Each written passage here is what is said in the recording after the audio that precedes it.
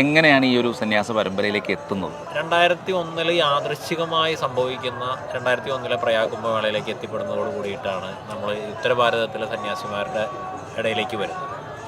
അന്ന് കുംഭമേളയെ കുറിച്ചിട്ടൊന്നും അറിഞ്ഞിട്ടല്ല, പിന്നെ തുടർന്നുള്ള കുംഭമേളകളിലെല്ലാം പങ്കെടുക്കുകയും അങ്ങനെ ക്രമേണ നമ്മൾ അഖാഡയിൽ ദീക്ഷ സ്വീകരിക്കുകയും ചെയ്തു. അഖാഡയിൽ ദീക്ഷ സ്വീകരിച്ച് അഖാഡയുടെ പ്രവർത്തനങ്ങളും കാര്യങ്ങളൊക്കെ ആയിട്ട് നമ്മൾ കുറച്ചു കാലമായിട്ട് ബന്ധപ്പെട്ട് വരികയാണ്. അപ്പോൾ ഈ വർഷത്തെ കുംഭമേളയിലാണ് നമ്മൾ കേരളത്തിൽ നിന്ന് തന്നെ ഒരു ശിബിരവും കാര്യങ്ങളൊക്കെ വരുന്നത്. അപ്പം അങ്ങനെ വരുന്ന സമയത്താണ് അഖാഡയെ നയിക്കുന്ന പദവിയാണ് മഹാമണ്ഡലേശ്വരന്മാരുടെ പദവി.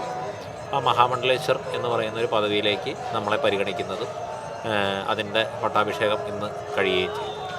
ജൂനാഖാഡയെ സംബന്ധിച്ചിടത്തോളം കേരളത്തിലേക്കോ അല്ലെങ്കിൽ ദക്ഷിണ ഭാരതത്തിലേക്കോ പ്രത്യേകിച്ച് ഒരു പ്രവർത്തനങ്ങളില്ല.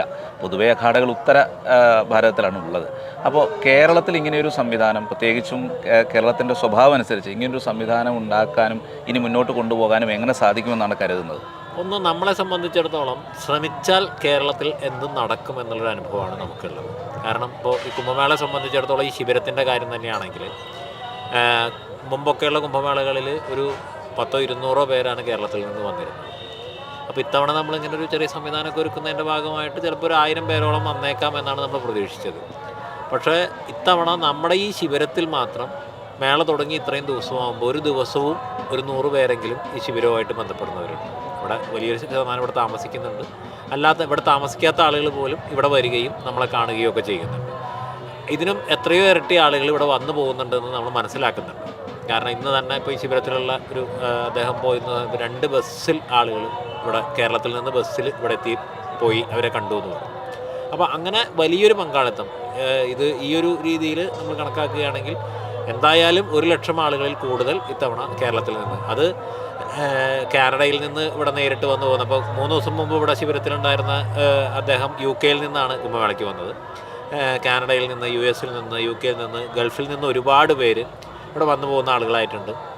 പിന്നെ ഇതിൻ്റെ ഒരു ഭാഗമായിട്ട് ഒരുപാട് കാര്യങ്ങൾ, അതായത് ഇപ്പോൾ ഈ ശിബിരത്തിന് വേണ്ടിയിട്ട് തന്നെ കേരളത്തിലെ പൗർണമിക്കാവും HRDS എന്ന് പറയുന്ന ഒരു സാമൂഹ്യ സംഘടനയും രണ്ടുപേരുടെയും വലിയ സഹായം ഇതിന് നടത്തുന്നതിന് വേണ്ടിയിട്ട് നമുക്കിത് ലഭിച്ചു.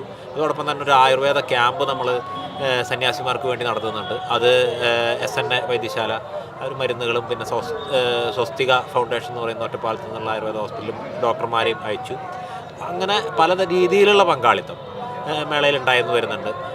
ബേക്കലിൽ നിന്ന് തന്ത്രിയായിട്ടുള്ള അദ്ദേഹം ഗോകുലം ഗോശാലയുടെ ഇവിടെ വന്ന വിഷ്ണുപ്രസാദ് ജി, അദ്ദേഹം വലിയൊരു യജ്ഞം 6 ദിവസം തൊട്ട് 6-ാം തീയതി തൊട്ട് 12-ാം തീയതി വരെ നടത്തുന്നുണ്ട്. ഗായത്രി ഗുരുകുലം ഗായത്രി യജ്ഞം ആ ദിവസങ്ങളിൽ തന്നെ നടത്തുന്നുണ്ട്. അപ്പോൾ അങ്ങനെ പലതരത്തിലുള്ള പങ്കാളിത്തം നമ്മളുടെ ശിബിരത്തിലേക്ക് തന്നെ പല ഭാഗത്തു നിന്ന് കേരളത്തിൽ നിന്ന് ഉണ്ടായിട്ടുണ്ട്. മറ്റ് പലരും കേരളത്തിൽ നിന്നുള്ള ഇവിടെ ഒരുപാട് പരിശ്രമങ്ങൾ നടത്തുന്നുണ്ട്. നമ്മുടെ അമൃതാനന്ദമയി മഠം ഒരു സെക്ടർ ഹോസ്പിറ്റൽ ചെയ്യുന്നുണ്ട്. മോഹൻജി ഫൗണ്ടേഷൻ അവരുടെ ഒരു മേളനഗരിക്ക് തൊട്ട് പുറത്താണ്, എന്നാലും അവരുടെ ഒരു ശിബിരമുണ്ട്. LMRKയുടെ ഭാഗമായിട്ട് ലയൻ മയൂര മുരുക സേന എന്നുള്ള അവരുടെ ഒരു വലിയ പൂജ അടുത്ത മാസം 18-ന് നടക്കുന്നുണ്ട്. അപ്പം അങ്ങനെ ഇത്തവണത്തെ മേള മലയാളികളെ സംബന്ധിച്ചിടത്തോളം ശ്രദ്ധേയമാകുന്നത് കേരളത്തിൻ്റെ പങ്കാളിത്തം കൊണ്ടാണ്. അപ്പോൾ അത് നമ്മളതിനൊരു ചെറിയൊരു പരിശ്രമം നടത്തി കഴിഞ്ഞ് കഴിഞ്ഞപ്പോൾ അതിൻ്റെ ഒരു റിസൾട്ട് പല ഭാഗത്തു നിന്നുണ്ടായതായിട്ടാണ് നമ്മൾ മനസ്സിലാക്കുന്നത്.